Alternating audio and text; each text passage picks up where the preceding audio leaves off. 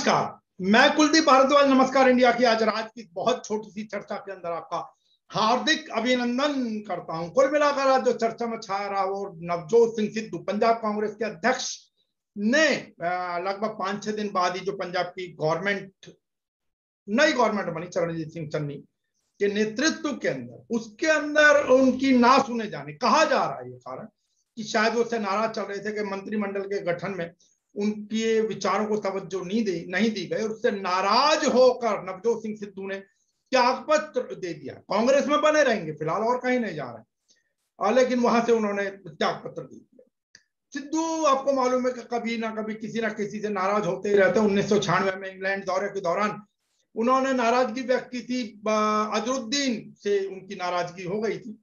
हालांकि अजरुद्दीन के कुछ चुटीले अंदाज या कुछ अमर्यादित भाषा होती होगी जो भाषा का प्रयोग करते थे, उससे नाराज होकर दौरा बीच में छोड़कर चले आए थे अजरुद्दीन।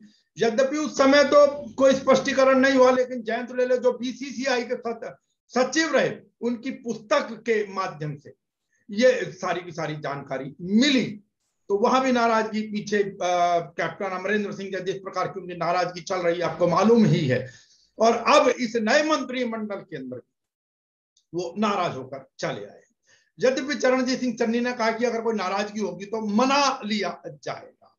और यह भी बता दूंगा उन्हीं के समर्थन में जो रजिया सुल्ताना है, जो मंत्री हैं, वो कैप्टन अमरिंदर सिंह के साथ भी मंत्री रही और अभी भी मंत्री, उन्होंने भी त्यागपत्र दे दिया है। ये जानकारी जो फिलहाल आई थी वो ट्वीट के जरिए रजिया सुल्ताना का जो पति है, पूर्व आईपीएस अधिकारी है, उनके माध्यम से ये जानकारी, उनके ट्वीट के माध्यम से ये जानकारी प्राप्त हुई है। अब ये कुल मिलाकर अस्थिरता की बात है भाई, कहीं ना कहीं तो आपको मानना पड़ेगा। मुझे नहीं लगता कि वो बार बार क्यों इधर से उधर अपनी भी छवि धूमिल करा रहे हैं। और फिर लगता है एक समय ऐसा आ जाएगा कि कोई भी राजनीतिक दल उन्हें लेने में खुश नहीं होगा। क्योंकि पीछे आपको पता, भारतीय जनता पार्टी छोड़ने के बाद खबरें आई थी कि वो आम आदमी पार्टी भी ज्वाइन करने का प्रयास में है, लेकिन शायद उनको वो तवज्जो नहीं मिली जो कुछ भी वो चाहते थे। अभी तक की जानकारी के अनुसार हाईकमान ने उनका इस्तीफा नामंजूर कर दिया है और बात कह दी गई है कि जो राज्य के नेतागण हैं वो इस मामले को सुलझाएंगे। अब उन्हें यह समझना चाहिए कि यह कोई कॉमेडी शो नहीं है कि भाई आपकी मतलब ही पसंद हर जगह चलती रहेगी। अब आपकी चन्नी से नहीं बन रही, पहले किसी और से नहीं बन रही थी, कभी कैप्टन से नाराज थे। कुल मिलाकर देखते हैं अब ऊंट किस करवट बैठता, कहीं ना कहीं। अब ऐसे में तो फिर कहा जाता है कि पिंड छुड़ा लेना बेहतर होता है कांग्रेस को, अगर अपना लाभ ही देखना। पर ये हम सिर्फ चर्चाओं में कह रहे हैं, बाकी निर्णय तो कांग्रेस को ही लेना है, कांग्रेस हाईकमान को लेना है।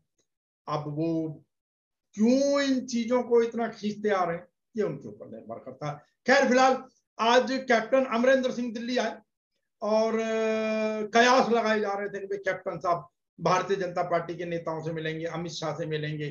दिन में बड़ी खबरें भी इधर उधर चली कि भाई कैप्टन साहब भारतीय जनता पार्टी ज्वाइन कर सकते हैं, कि भाई कोई आ रहा है, कोई जा रहा है, आवागमन आदि आदि इस प्रकार की चीजें चल रही थी। लेकिन वास्तविकता कैप्टन साहब ने स्पष्ट कर दिया कि मैं किसी नेता से नहीं मिल रहा हूं, अपने सिर्फ कुछ मित्रों से।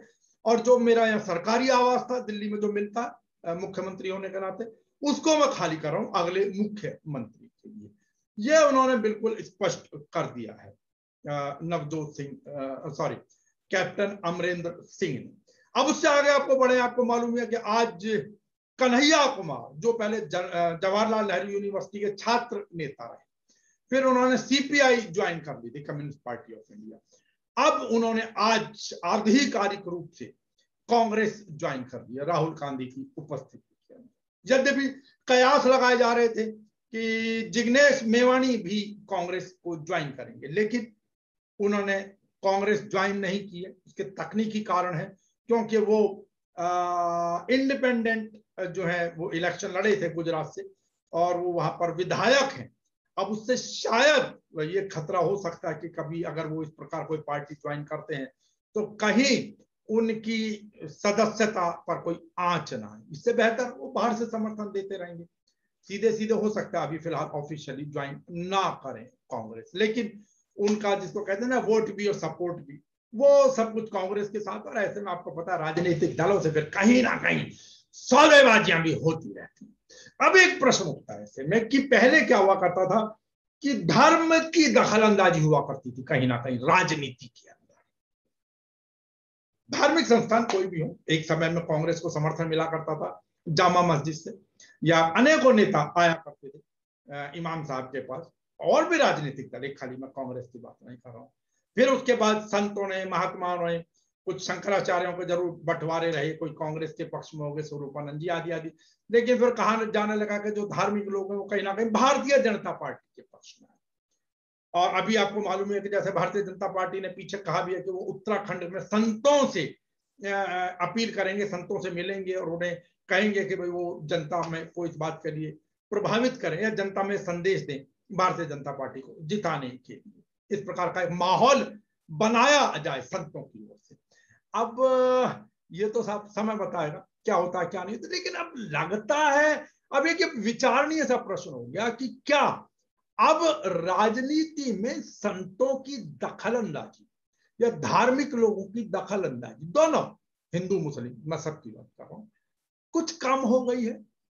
क्या अब जनता पहले की तरह ही उनकी अपील पर, उनके फतवे पर, उनके संदेश पर एक तरफा होकर, मतलब जो उनके कम से कम एक वर्ग विशेष की मैं बात कर रहा हूं, जो खास वर्ग होते थे, क्या वो अभी भी राजनीतिक दलों को पहले की तरह वोट करते हैं या करेंगे?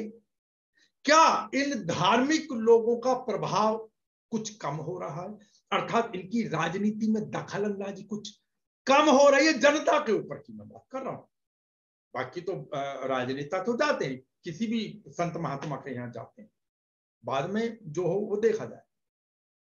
अभी ब्रह्मली नरेंद्र गिरी जी के यहाँ सभी, चाहे अखिलेश यादव हो या भारतीय जनता पार्टी के नेता हो, कांग्रेस के नेता हो, सभी लोग जाते रहे हैं।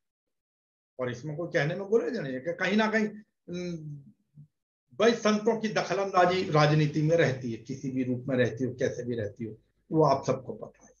लेकिन अब प्रश्न उठता है कि जिस प्रकार कन्हैया कुमार आए और जिस प्रकार जिग्नेश मेवाणी के लिए, तो क्या अब राजनीति के अंदर दखलंदाजी वो धर्म से हटकर जाति की तरफ बढ़ रही है? क्या अब राजनीति में धर्म के स्थान पर जातिगत दखल अंदाजी को ज्यादा स्थान मिलने लगा है? ये विचारणीय प्रश्न है। और क्या ये अगर जातिगत दखलंदाजी, जातिगत महत्ता ज्यादा बढ़ती चली जाएगी राजनीति में, तो क्या वो धर्म के मुकाबले ज्यादा घातक होगा? ये भी एक प्रश्न है, सोचना पड़ेगा इसके ऊपर। ये तो बाकी समय ही बताएगा कौन क्या करता है, क्योंकि इस समय आगामी चुनावों को लेकर तो इसी प्रकार की दौड़ है। आपको पता उत्तर प्रदेश चुनाव में आजकल कहीं ना कहीं प्रबुद्ध वर्ग सम्मेलन के नाम पर कहीं ना कहीं जो इस समय जोड़ने का प्रयास किया जा रहा है, जो संदेश देने का प्रयास किया जा रहा है, वो ब्राह्मण वर्ग को दिया जा रहा है।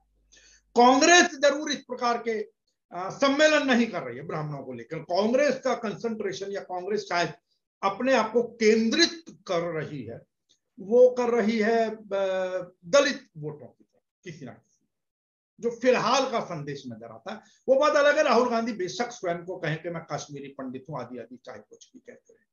और ये भी बात अलग है कि बेशक भारतीय जनता पार्टी भी ये संदेश देती हो कि भाई हम ब्राह्मणों के साथ हैं, ब्राह्मणों के लिए कर रहे हैं, लेकिन पिछले कुछ समय में अगर ये हिंदू वोटों के नाम पर इनको इमोशनल ना किया जाए,